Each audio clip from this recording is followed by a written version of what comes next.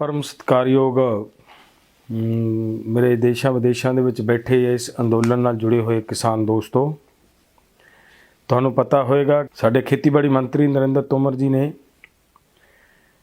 ਰਾਜ ਸਭਾ ਦੇ ਵਿੱਚ ਸੈਸ਼ਨ ਦੇ ਦੌਰਾਨ ਕਾਨੂੰਨਾਂ ਦੇ ਬਾਰੇ ਦੇ ਵਿੱਚ ਗੱਲਬਾਤ ਕਰਦਿਆਂ ਇੱਕ ਗੱਲ ਕਹੀ ਹੈ ਕਿ ਕਿਸਾਨ ਦੱਸਣ ਕਿ ਕਾਨੂੰਨ ਦੇ ਵਿੱਚ ਕਾਲਾ ਕੀ ਹੈ। ਇੱਕ ਉਹਨਾਂ ਨੇ ਇਹ ਗੱਲ ਕਹੀ ਹੈ ਕਿ ਕਿਸਾਨਾਂ ਕੋਲੇ ਵਿਜ਼ਨ ਕੋਈ ਨਹੀਂ, ਦੱਸ ਨਹੀਂ ਸਕੇਗੇ ਕਿ ਕਾਨੂੰਨ ਗਲਤ ਕਿਵੇਂ ਨੇ। ਔਰ ਜਿਹੜੀ ਇਹ ਦੋਨਾਂ ਗੱਲਾਂ ਦਾ ਮੈਂ ਜਵਾਬ ਦੇਣਾ ਚਾਹੁੰਦਾ, ਸਪਸ਼ਟ ਕਰਨਾ ਚਾਹੁੰਦੇ ਅਸੀਂ ਕਿ ਸਭ ਤੋਂ ਪਹਿਲੀ ਗੱਲ ਤਾਂ ਇਹ ਹੈ, ਇਹਨਾਂ ਨੇ ਇਹ ਗੱਲ ਕਹੀ ਹੈ ਕਿ ਕਿਸਾਨ ਬਹਿਸ ਨਹੀਂ ਕਰ ਸਕੇ। ਕਿਸਾਨ ਇਸ ਮੁੱਦੇ ਦੇ ਉੱਤੇ ਸਰਕਾਰ ਬਹਿਸ ਕਰਨਾ ਚਾਹੁੰਦੀ ਹੈ ਤਾਂ ਮੈਂ ਸਪਸ਼ਟ ਕਰ ਦਿਆਂ ਕਿ ਕਿਸਾਨਾਂ ਨੇ ਜਿਸ ਵੇਲੇ ਮੀਟਿੰਗਾਂ ਦੇ ਵਿੱਚ ਬਹਿਸ ਕੀਤੀ ਹੈ ਤੇ ਸਭ ਤੋਂ ਪਹਿਲਾਂ ਇਹ ਗੱਲ ਉੱਠਦੀ ਰਹੀ ਹੈ ਕਿ ਇਹ ਕਾਨੂੰਨ ਸਭ ਤੋਂ ਪਹਿਲਾਂ ਤਾਂ ਇਹ ਹੈ ਕਿ ਗੈਰ ਸੰਵਿਧਾਨਕ ਨੇ। ਸੰਵਿਧਾਨ ਅਨੁਸਾਰ ਇਹ ਕਾਨੂੰਨ ਸੈਂਟਰ ਗਵਰਨਮੈਂਟ ਬਣਾ ਹੀ ਨਹੀਂ ਸਕਦੀ, ਕਿਉਂਕਿ ਸੈਂਟਰ ਗਵਰਨਮੈਂਟ ਨੇ ਇਹ ਕਾਨੂੰਨ 7ਵੇਂ ਸ਼ਡਿਊਲ ਦੀ 33ਵੀਂ ਐਂਟਰੀ ਦੇ ਵਿੱਚ ਜਾ ਕੇ ਕੰਕਰੈਂਟ ਲਿਸਟ ਦੇ ਵਿੱਚ ਜਾ ਕੇ ਇਹ ਕਾਨੂੰਨ ਬਣਾਏ ਨੇ। ਔਰ ਉੱਥੇ ਜਾ ਕੇ ਕਾਨੂੰਨ ਬਣਾ ਕੀ ਸਕਦੀ ਹੈ ਸਰਕਾਰ ਤੇ ਕੀ ਨਹੀਂ ਬਣਾ ਸਕਦੀ, ਉਹਨੂੰ ਸਪਸ਼ਟ ਕਰਨਾ ਜ਼ਰੂਰੀ ਬਣਦਾ ਹੈ। ਸਾਡੇ ਕਨਸਟੀਟਿਊਸ਼ਨ ਦੇ ਵਿੱਚ ਲਿਖਿਆ ਹੈ ਕਿ ਸਰਕਾਰ ਜੇ ਕਾਨੂੰਨ ਬਣਾ ਸਕਦੀ ਹੈ ਤਾਂ ਸਟਫ ਫੂਡ ਤੇ ਬਣਾ ਸਕਦੀ ਹੈ। ਹੁਣ ਇੱਥੇ ਸਵਾਲ ਹੈ, ਦੋ ਗੱਲਾਂ ਹੈ ਕਿ ਸਟਫ ਫੂਡ ਤੇ ਬਣਾ ਸਕਦੀ ਹੈ ਔਰ ਟ੍ਰੇਡ ਲਈ ਬਣਾ ਸਕਦੀ ਹੈ, ਵਪਾਰ ਲਈ ਬਣਾ ਸਕਦੀ ਹੈ। ਹੁਣ ਇੱਥੇ ਕਾਨੂੰਨ ਚੱਕ ਕੇ ਬਣੇ ਕਿਸ ਗੱਲ ਦੇ ਉੱਤੇ ਹੈ? ਕਾਨੂੰਨ ਬਣੇ ਨੇ ਫੂਡ ਗ੍ਰੇਨ ਤੇ ਮਾਰਕੀਟਿੰਗ ਤੇ, ਜਿਹੜੇ ਕਿ ਇਹ ਬਣਾ ਨਹੀਂ ਸਕਦੀ। ਇਹ ਸਟਫ ਫੂਡ ਤੇ ਟ੍ਰੇਡ ਤੇ ਬਣਾ ਸਕਦੀ ਹੈ। ਕਿਸਾਨ ਸਟਫ ਫੂਡ ਨਹੀਂ ਪੈਦਾ ਕਰਦਾ, ਕਿਸਾਨ ਕੇਵਲ ਫੂਡ ਗ੍ਰੇਨ ਪੈਦਾ ਕਰਦਾ ਹੈ ਔਰ ਨਾਲ ਇਹ ਟ੍ਰੇਡ ਨਹੀਂ ਕਰਦਾ, ਕਿਸਾਨ ਕੇਵਲ ਮਾਰਕੀਟਿੰਗ ਕਰਦਾ ਹੈ। ਇਸ ਕਰਕੇ ਨਾ ਤਾਂ ਮਾਰਕੀਟਿੰਗ ਦੇ ਉੱਤੇ ਸਰਕਾਰ ਕਾਨੂੰਨ ਬਣਾ ਸਕਦੀ ਹੈ ਤੇ ਨਾ ਹੀ ਫੂਡ ਗ੍ਰੇਨ ਤੇ ਕਾਨੂੰਨ ਬਣਾ ਸਕਦੀ ਹੈ।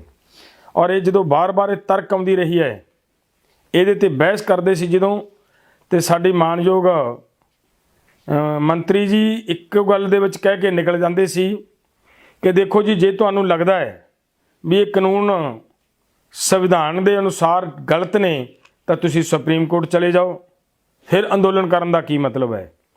ਤਾਂ ਅੰਦਾਜ਼ਾ ਲਾ ਕੇ ਦੱਸੋ ਬਹਿਸ ਤੋਂ ਭੱਜਦਾ ਕੌਣ ਸੀ? ਕੀ ਕਿਸਾਨ ਬਹਿਸ ਤੋਂ ਭੱਜਦੇ ਸੀ ਜਾਂ ਸਰਕਾਰ ਬਹਿਸ ਤੋਂ ਭੱਜੀ ਹੈ? ਅਗਲੀ ਗੱਲ, ਸਾਡੇ ਮੰਤਰੀ ਜੀ ਨੇ ਕਿਹਾ ਕਿ ਦੱਸਣ ਕਾਨੂੰਨ ਕਾਲੇ ਕਿਵੇਂ ਨੇ, ਕਾਨੂੰਨਾਂ ਦੇ ਵਿੱਚ ਕਾਲਾ ਕੀ ਹੈ। ਮੈਂ ਦੱਸਾਂ ਕਿ ਕਾਨੂੰਨ ਕਿਵੇਂ ਕਾਲੇ ਨੇ, ਕੀ ਕਾਲਾ ਕਾਨੂੰਨਾਂ ਦੇ ਵਿੱਚ। ਕਿ ਸਭ ਤੋਂ ਪਹਿਲੀ ਗੱਲ ਤਾਂ ਕਿ ਕਾਨੂੰਨ ਬਣਾਉਣ ਲੱਗਿਆਂ, ਕਾਨੂੰਨ ਬਣਾਉਣ ਸਮੇਂ ਨੀਤੀ ਨੀਅਤ ਹੀ ਕਾਲੀ ਸੀ ਤੇ ਕਾਲੀ ਨੀਅਤ ਦੇ ਵਿੱਚੋਂ ਬਣਿਆ ਕਾਨੂੰਨ ਕਾਲਾ ਹੀ ਹੋਏਗਾ। ਕਿਉਂ? ਕਿਉਂਕਿ ਇੱਕ ਐਸੇ ਸਿਸਟਮ ਦੇ ਰਾਹੀਂ ਇਹ ਕਾਨੂੰਨ ਬਣਾਏ ਗਏ ਨੇ ਕਿ ਮੰਡੀ ਸਿਸਟਮ ਨੂੰ ਬਰਬਾਦ ਕਰਨ ਦਾ ਇੱਕ ਪ੍ਰੋਸੈਸ ਹੈ ਇਸ ਪੂਰੇ ਕਾਨੂੰਨ ਦੇ ਵਿੱਚ। ਇਸ ਕਾਨੂੰਨ ਦੇ ਵਿੱਚ ਇਹ ਕਿਹਾ ਹੈ ਕਿ ਸਰਕਾਰੀ ਮੰਡੀ ਦੇ ਬਰਾਬਰ ਪ੍ਰਾਈਵੇਟ ਮੰਡੀ ਹੋਏਗੀ ਤੇ ਜਿਹੜੀ ਉਹ ਪ੍ਰਾਈਵੇਟ ਮੰਡੀ ਹੋਏਗੀ, ਉਸ ਪ੍ਰਾਈਵੇਟ ਮੰਡੀ ਦੇ ਵਿੱਚੋਂ ਜਿਹੜਾ ਵਪਾਰੀ ਮਾਲ ਖਰੀਦੇਗਾ ਉਹਨੂੰ ਟੈਕਸ ਨਹੀਂ ਲੱਗਣਗੇ।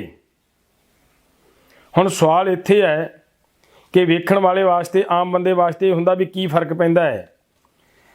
ਉਹ ਜਿਹੜਾ ਟੈਕਸ ਹੈ ਉਹ ਹੈ 164 ਰੁਪਏ ਪ੍ਰਤੀ ਕੁਇੰਟਲ ਵਪਾਰੀ ਨੇ ਸਰਕਾਰ ਨੂੰ, ਮਾਰਕੀਟ ਕਮੇਟੀ ਨੂੰ, ਮੰਡੀ ਬੋਰਡ ਨੂੰ ਭਰਨੇ ਹੁੰਦੇ ਹੈ।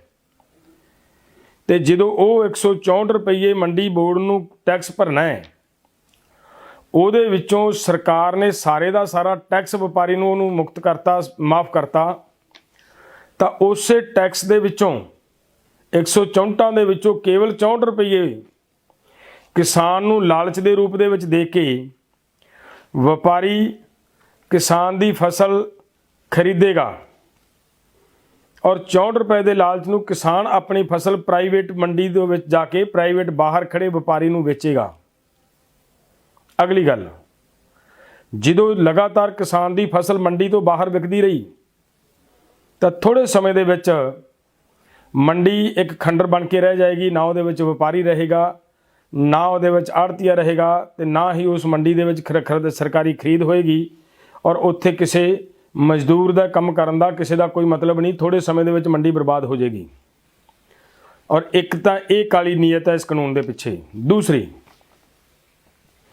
ਇਸ ਕਾਨੂੰਨ ਦੇ ਵਿੱਚ ਲਿਖਿਆ ਹੈ ਕਿ ਅਗਰ ਤੁਹਾਡੀ ਫਸਲ ਖਰੀਦਣ ਵਾਲਾ ਫਸਲ ਦੇ ਪੈਸੇ ਲੈ ਕੇ ਭੱਜ ਜਾਂਦਾ ਹੈ, ਉਹ ਤੋਂ ਪੈਸੇ ਗਰਾਉਣ ਦੇ ਲਈ ਕਿਸਾਨ ਕੋਰਟ ਨਹੀਂ ਜਾ ਸਕੇਗਾ।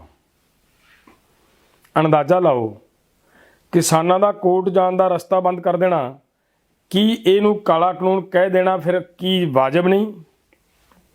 ਇਸ ਕਰਕੇ ਇਹ ਕਾਨੂੰਨ ਕਾਲੇ ਨੇ। ਅਗਲੀ ਗੱਲ, ਸਾਡੇ ਮੰਤਰੀ ਜੀ ਨੇ ਇੱਕ ਗੱਲ ਕਹੀ ਹੈ ਕਿ ਅਸੀਂ ਟੈਕਸ ਫ੍ਰੀ ਕਰਤਾ। ਪਹਿਲਾਂ ਟੈਕਸ ਲੱਗਦਾ ਸੀ ਤੇ ਕਿਸਾਨ ਅੱਜ ਵਿਰੋਧ ਕਿਉਂ ਕਰਦੇ ਨੇ? ਹੁਣ ਮੈਂ ਇਸ ਟੈਕਸ ਤੇ ਗੱਲ ਕਰਨੀ ਚਾਹੂੰਗਾ। ਇਹ ਜਿਹੜਾ ਟੈਕਸ ਲੱਗਦਾ ਸੀ ਵਪਾਰੀ ਨੂੰ ਲੱਗਦਾ ਸੀ, ਖਰੀਦਦਾਰ ਨੂੰ ਲੱਗਦਾ ਸੀ। ਖਰੀਦਦਾਰ ਨੇ 164 ਰੁਪਏ ਕੁਇੰਟਲ ਮਗਰ ਟੈਕਸ ਸਰਕਾਰ ਨੂੰ ਭਰਨਾ ਹੁੰਦਾ ਸੀ, ਮਾਰਕੀਟ ਕਮੇਟੀ ਨੂੰ ਭਰਨਾ ਹੁੰਦਾ ਸੀ। ਔਰ ਉਹੀ ਪੈਸਾ ਮਾਰਕੀਟ ਕਮੇਟੀ ਦੀ ਇਨਕਮ ਦਾ ਸੋਰਸ ਬਣਦਾ ਸੀ। ਔਰ ਮਾਰਕੀਟ ਕਮੇਟੀ ਦੇ ਵਿੱਚ ਉਹ ਜਦੋਂ ਪੈਸਾ ਇਕੱਠਾ ਹੁੰਦਾ ਸੀਗਾ ਤੇ ਉਸ ਮਾਰਕੀਟ ਕਮੇਟੀ ਦੇ ਏਰੀਏ 'ਚ ਜਿਸ ਕਿਸੇ ਕਿਸਾਨ ਦੇ ਨਾਲ ਕੋਈ ਕਿਸੇ ਤਰ੍ਹਾਂ ਦਾ ਹਾਦਸਾ ਵਾਪਰਦਾ ਸੀ ਤਾਂ ਮਾਰਕੀਟ ਕਮੇਟੀ ਆਪਦੇ ਕਿਸਾਨਾਂ ਦੀ ਮਦਦ ਕਰਦੀ ਸੀ, ਆਰਥਿਕ ਮਦਦ ਕਰਦੀ ਸੀ। ਡੈਥ ਹੋ ਜਾਣ ਤੇ 3 ਲੱਖ ਤੱਕ ਦੀ ਮਦਦ ਕਰਦੀ ਸੀ। ਔਰ ਉਸ ਤੋਂ ਅੱਗੇ ਉਸੇ ਫੰਡ ਨਾਲ ਪਿੰਡਾਂ ਦੇ ਡਿਵੈਲਪਮੈਂਟ ਕਰਦੀ ਸੀ ਸਰਕਾਰ। ਪਿੰਡਾਂ ਦੀਆਂ ਸੜਕਾਂ ਬਣਦੀਆਂ ਸੀ, ਲਿੰਕ ਰੋਡਾਂ ਬਣਦੀਆਂ ਸੀ ਉਸ ਪੈਸੇ ਨਾਲ।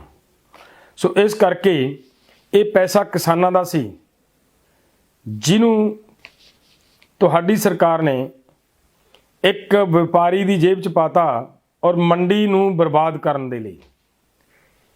ਇਹ ਹੈ ਇਸ ਤੁਹਾਡੇ ਕਾਨੂੰਨ ਦੀ ਮੁਕਤੀ, ਟੈਕਸ ਤੋਂ ਜਿਹੜਾ ਤੁਸੀਂ ਟੈਕਸ ਫ੍ਰੀ ਦੀ ਗੱਲ ਕਰਦੇ ਆ, ਇਹਦੀ ਖੇਡ ਇਹ ਹੈ।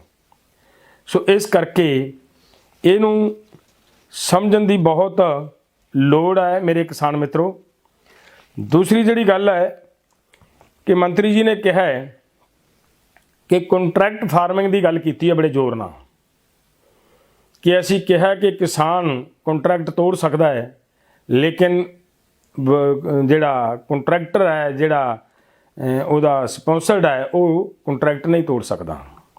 ਠੀਕ ਹੈ, ਪਰ ਮੈਂ ਇੱਕ ਗੱਲ ਪੁੱਛਣੀ ਚਾਹਣਾ, ਇਹ ਜਿਹੜਾ ਕੰਟਰੈਕਟ ਫਾਰਮਿੰਗ ਦੀ ਗੱਲ ਕੀਤੀ ਹੈ, ਇਹਦੇ ਵਿੱਚ ਵੀ ਇਹ ਗੱਲ ਕਹੀ ਗਈ ਹੈ ਕਿ ਅਗਰ ਕੰਟਰੈਕਟਰ ਕਿਸਾਨ ਦੇ ਪੈਸੇ ਲੈ ਕੇ ਭੱਜ ਜਾਂਦਾ ਹੈ, ਠੇਕੇਦਾਰ ਕਿਸਾਨ ਦੀ ਫਸਲ ਲੈ ਕੇ ਭੱਜ ਜਾਂਦਾ, ਉਹਦੇ ਪੈਸੇ ਨਹੀਂ ਦਿੰਦਾ, ਤਾਂ ਉਹ ਕਿਸਾਨ ਕੋਰਟ ਨਹੀਂ ਜਾ ਸਕਦਾ।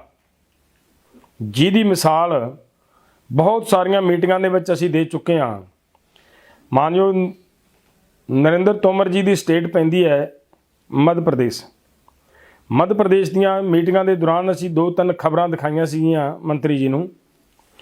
ਉਹਨਾਂ ਖਬਰਾਂ ਦੇ ਵਿੱਚ ਬੜਾ ਸਪਸ਼ਟ ਸੀ ਕਿ 90 ਕਿਸਾਨਾਂ ਦੇ ਪੈਸੇ ਲੈ ਕੇ ਵਪਾਰੀ ਭੱਜੇ ਔਰ ਜਿਨ੍ਹਾਂ ਦੇ ਵਿੱਚੋਂ ਕੇਵਲ 3 ਕਿਸਾਨਾਂ ਨੂੰ ਇਨਸਾਫ ਮਿਲਿਆ, ਬਾਕੀ 87 ਕਿਸਾਨਾਂ ਨੂੰ ਹਜੇ ਤੱਕ ਇਨਸਾਫ ਨਹੀਂ ਸੀ ਮਿਲਿਆ। ਇਹ ਹੈ ਕੰਟਰੈਕਟ ਫਾਰਮਿੰਗ ਦੀ ਗੱਲ। ਅਗਲੀ ਗੱਲ, ਕੰਟਰੈਕਟ ਫਾਰਮਿੰਗ ਦੇ ਵਿੱਚ ਇੱਕ ਗੱਲ ਹੋਰ ਲਿਖੀ ਹੈ ਕਿ ਤੁਹਾਡੀ ਫਸਲ ਦੀ ਕੁਆਲਿਟੀ ਚੈੱਕ ਕਰਨ ਵਾਸਤੇ ਇੱਕ ਤੀਜੀ ਧਿਰ ਹੋਏਗੀ ਤੇ ਉਹ ਤੁਹਾਡੀ ਫਸਲ ਦੀ ਗੁਣਵੱਤਾ ਚੈੱਕ ਕਰੇਗੀ। ਗੁਣਵੱਤਾ ਚੈੱਕ ਕਰਨ ਤੋਂ ਬਾਅਦ ਫਿਰ ਰੇਟ ਤੈਅ ਹੋਣਗੇ। ਤਾਂ ਪਿਆਰਿਓ, ਕਿਸਾਨ ਦੀ ਫਸਲ ਖੁੱਲ੍ਹੇ ਅਸਮਾਨ ਦੇ ਥੱਲੇ ਪਲਣੀ ਹੈ। ਇਹਦੇ ਤੇ ਮਾੜੀ ਜਿਹੀ ਪੱਕਣ ਦੇ ਸਮੇਂ ਤੇ ਮਾੜੀ ਜਿਹੀ ਹਵਾ ਤੇਜ਼ ਆ ਜੇ ਤਾਂ ਫਸਲ ਦਾ ਰੰਗ ਚੇਂਜ ਹੋ ਜਾਂਦਾ, ਰੰਗ ਬਦਲ ਜਾਂਦਾ ਹੈ। ਅਗਰ ਜਰੀ ਬਾਰਿਸ਼ ਪੈ ਜੇ ਤਾਂ ਫਸਲ ਦੇ ਦਾਣਿਆਂ ਦਾ ਰੰਗ ਚੇਂਜ ਹੋ ਜਾਂਦਾ ਹੈ, ਲੇਕਿਨ ਉਹਦੇ ਵਿੱਚ ਜਿਹੜਾ ਗੁਣ ਹੈ ਉਹ ਉਹੀ ਰਹਿੰਦਾ ਹੈ। ਲੇਕਿਨ ਕਿਸਾਨ ਦੀ ਲੁੱਟ ਉਹਦਾ ਰੰਗ ਚੇਂਜ ਕਰਨ ਨਾਲ ਹੁੰਦੀ ਹੈ। ਜਦੋਂ ਹਵਾ ਵਗਣ ਨਾਲ, ਤੇਜ਼ ਹਵਾਵਾਂ ਵਗਣ ਨਾਲ ਫਸਲ ਦਾ ਰੰਗ ਚੇਂਜ ਹੁੰਦਾ ਹੈ, ਅਨਾਜ ਦਾ ਰੰਗ ਚੇਂਜ ਹੁੰਦਾ ਹੈ, ਤਾਂ ਉਸ ਵੇਲੇ ਕਿਸਾਨ ਦੀ ਫਿਰ ਲੁੱਟ ਖੁੱਲ੍ਹ ਕੇ ਹੁੰਦੀ ਹੈ। ਸੋ ਇਸ ਤਰ੍ਹਾਂ ਅੱਗੇ ਜਾ ਕੇ ਇਸੇ ਕੰਟਰੈਕਟ ਫਾਰਮਿੰਗ ਦੇ ਵਿੱਚ ਇੱਕ ਗੱਲ ਇਹ ਕਹੀ ਗਈ ਹੈ ਕਿ ਕਿਸਾਨ ਦੀ ਜਿਹੜੀ ਫਸਲ ਹੈ, ਕੰਟਰੈਕਟ ਫਾਰਮਿੰਗ ਦੇ ਵਿੱਚ ਅੱਗੇ ਜਾ ਕੇ ਇੱਕ ਗੱਲ ਇਹ ਕਹੀ ਗਈ ਹੈ ਕਿ ਕੰਟਰੈਕਟਰ ਹੈ ਜਿਹੜਾ, ਉਹਨੇ ਕੰਟਰੈਕਟ ਕਰਨਾ ਹੈ, ਜ਼ਮੀਨ ਦੇ ਉੱਤੇ ਕੋਈ ਬਿਲਡਿੰਗ ਖੜੀ ਕਰਨੀ ਹੈ, ਕੋਈ ਕੰਸਟਰਕਸ਼ਨ ਕਰਨੀ ਹੈ, ਔਰ ਉਸ ਕੰਸਟਰਕਸ਼ਨ ਦੇ ਅਗੇਂਸਟ, ਉਸ ਕੰਸਟਰਕਸ਼ਨ ਦੇ ਉੱਤੇ, ਉਸ ਬਿਲਡਿੰਗ ਦੇ ਉੱਤੇ ਉਹ ਕ੍ਰੈਡਿਟ ਲੈ ਸਕਦਾ ਕਿਸੇ ਕੰਪਨੀ ਤੋਂ, ਕਿਸੇ ਬੈਂਕ ਤੋਂ, ਕਿਸੇ ਸਰਕਾਰੀ ਅਦਾਰੇ ਤੋਂ। ਇਹ ਕਿਹਾ ਹੈ। ਅਗਰ ਉਹ ਲੋਨ ਲੈ ਲਿਆ ਉਹਨੇ ਤੇ ਉਹ ਲੋਨ ਨਹੀਂ ਮੋੜਿਆ ਤਾਂ ਕਿਸਾਨ ਦੀ ਜ਼ਮੀਨ ਫਸੀ ਪਈ ਹੈ ਉਹ 'ਚ। ਇੱਕ ਇਹਦੇ 'ਚ ਬੜੀ ਵਧੀਆ, ਬੜੀ ਚਲਾਕੀ ਵਾਲੀ ਗੱਲ ਲਿਖੀ ਹੈ ਕੰਟਰੈਕਟ ਫਾਰਮਿੰਗ ਦੇ ਵਿੱਚ ਕਿ ਅਗਰ ਸ਼ਰਤ ਲਿਖੀ ਹੈ ਪਹਿਲਾਂ ਤਾਂ ਇਹ ਕਿ ਕੰਟਰੈਕਟਰ ਨੇ ਤੁਹਾਡੀ ਜ਼ਮੀਨ ਨੂੰ ਉਸੇ ਹਾਲਤ ਦੇ ਵਿੱਚ ਕਰਕੇ ਦੇਣਾ ਜਿਸ ਹਾਲਤ ਦੇ ਵਿੱਚ ਲਿਆ ਸੀ, ਪਰ ਜੇ ਨਹੀਂ ਕਰਕੇ ਜਾਂਦਾ ਤਾਂ ਉਹਨੂੰ ਕੋਈ ਗੱਲ ਨਹੀਂ, ਜਿਵੇਂ ਵੀ ਉਹ ਛੱਡ ਗਿਆ, ਜੋ ਉਹਦੇ ਉੱਤੇ ਕੰਸਟਰਕਸ਼ਨ ਕੀਤੀ ਹੈ ਉਹ ਉਸ ਤੋਂ ਬਾਅਦ ਕਿਸਾਨ ਦੀ ਹੋ ਜਾਏਗੀ। ਹੁਣ ਇੱਥੇ ਸਵਾਲ ਇਹ ਹੈ ਕਿ ਕਿਸੇ ਨੇ ਆ ਕੇ ਤੁਹਾਡੀ ਬਿਲਡਿੰਗ, ਤੁਹਾਡੀ ਜ਼ਮੀਨ ਦੇ ਉੱਤੇ ਬਿਲਡਿੰਗ ਖੜੀ ਕਰ ਲਈ, 30 ਸਾਲ 40 ਸਾਲ ਦਾ ਕੰਟਰੈਕਟ ਕੀਤਾ ਹੈ, 40 ਸਾਲ ਦੇ ਵਿੱਚ ਬਿਲਡਿੰਗ ਖੰਡਰ ਹੋ ਗਈ, ਖੰਡਰ ਹੋਈ ਬਿਲਡਿੰਗ ਜਿਉਂਦੀ ਤਿਉਂ ਛੱਡ ਕੇ ਤੁਰ ਗਿਆ ਤੇ ਉਹਦੇ ਉੱਤੇ 20 ਕਰੋੜ ਦਾ ਕਰਜ਼ਾ ਛੱਡ ਕੇ ਤੁਰ ਗਿਆ, ਤਾਂ ਉਹ ਇਹ ਕਹਿ ਦੇਊਗੀ ਸਰਕਾਰ ਕਿ ਕਾਨੂੰਨ ਦੇ ਅਨੁਸਾਰ ਤੁਹਾਡੀ ਜੀ ਇਹ ਬਿਲਡਿੰਗ ਤੁਹਾਡੀ ਹੋ ਗਈ। ਸੋ ਇਸ ਕਰਕੇ ਇਹਨਾਂ ਸਾਰੇ ਨੁਕਤਿਆਂ ਦੇ ਉੱਤੇ, ਇੱਕ ਇੱਕ ਨੁਕਤੇ ਦੇ ਉੱਤੇ ਬਹਿਸ ਹੋ ਚੁੱਕੀ ਆ। ਹੋਰ ਵੀ ਬਹੁਤ ਸਾਰੀਆਂ ਗੱਲਾਂ ਨੇ ਜਿਨ੍ਹਾਂ ਦੇ ਉੱਤੇ ਬਹਿਸ ਹੋ ਚੁੱਕੀ ਹੈ, ਲੇਕਿਨ ਸਰਕਾਰ ਜਿਹੜੀ ਕਹਿੰਦੀ ਹੈ ਕਿ ਕਿਸਾਨਾਂ ਨੇ ਬਹਿਸ ਨਹੀਂ ਕੀਤੀ, ਕਿਸਾਨਾਂ ਨੂੰ ਬਹਿਸ ਨਹੀਂ ਕਰਨੀ ਆਉਂਦੀ, ਇਹਨਾਂ ਹੀ ਗੱਲਾਂ ਦੇ ਉੱਤੇ, ਇਹਨਾਂ ਹੀ ਨੁਕਤਿਆਂ 'ਤੇ ਸਾਡੇ ਮਾਨਯੋਗ ਖੇਤੀਬਾੜੀ ਮੰਤਰੀ ਜੀ ਨੇ ਟਿਕ ਕਰਦੇ ਰਹੇ ਨੇ ਵੀ ਠੀਕ ਹੈ, ਇਹਨੂੰ ਠੀਕ ਕਰ ਦਿਆਂਗੇ। ਮੈਂ ਬੇਨਤੀ ਕਰਾਂ ਕਿ ਜੇਕਰ ਇਹਦੇ ਵਿੱਚ ਕਮੀਆਂ ਨਹੀਂ ਸੀ, ਇਹਦੇ 'ਚ ਗਲਤੀਆਂ ਨਹੀਂ ਸੀ, ਤਾਂ ਫਿਰ ਸੋਧਾਂ ਕਿਸ ਗਲਤੀਆਂ ਕਰ ਰਹੀ ਹੈ ਸਰਕਾਰ। ਸੋ ਸਾਡੀ ਬੇਨਤੀ ਹੈ ਸਰਕਾਰ ਨੂੰ ਕਿ ਕਰਨਾ ਹੈ, ਨਹੀਂ ਕਰਨਾ ਹੈ, ਤੁਸੀਂ ਸਰਕਾਰ ਹੋ, ਤੁਹਾਡੀ ਪਾਵਰ ਹੈ, ਤੁਸੀਂ ਜਿਵੇਂ ਮਰਜ਼ੀ ਕਰ ਸਕਦੇ ਹੋ ਲੋਕਾਂ ਦੇ ਨਾਲ, ਲੇਕਿਨ ਝੂਠ ਬੋਲਣਾ ਸਿਆਣਪ ਨਹੀਂ। ਐਡੇ ਐਡੇ ਅਹੁਦਿਆਂ 'ਤੇ, ਐਡੇ ਐਡੇ ਪਦਵੀਆਂ 'ਤੇ ਬੈਠੇ ਵਿਅਕਤੀ ਅਗਰ ਝੂਠ ਬੋਲਣ ਲੱਗਣ ਤਾਂ ਫਿਰ ਦੇਸ਼ ਦਾ ਕੀ ਬਣੇਗਾ। ਸੋ ਮੈਂ ਜਿਹੜੀ ਇੰਨੀ ਗੱਲ ਮੇਰੇ ਅੱਜ ਪ੍ਰਧਾਨ ਮੰਤਰੀ ਆਪਣਾ ਨਰਿੰਦਰ ਤੋਮਰ ਜੀ ਸਾਡੇ ਐਗਰੀਕਲਚਰ ਮਿਨਿਸਟਰ ਨੇ ਜੋ ਬੋਲੀ ਹੈ, ਉਹਨਾਂ ਦੇ ਮੈਂ ਭਾਸ਼ਣ ਦਾ ਜਵਾਬ ਦੇਣਾ ਚਾਹੁੰਦਾ ਸੀ। ਉਹ ਇਹ ਜਵਾਬ ਹੈ ਮੇਰੇ ਕਿਸਾਨ ਮਿੱਤਰੋ। ਵਾਹਿਗੁਰੂ ਜੀ ਕਾ ਖਾਲਸਾ, ਵਾਹਿਗੁਰੂ ਜੀ।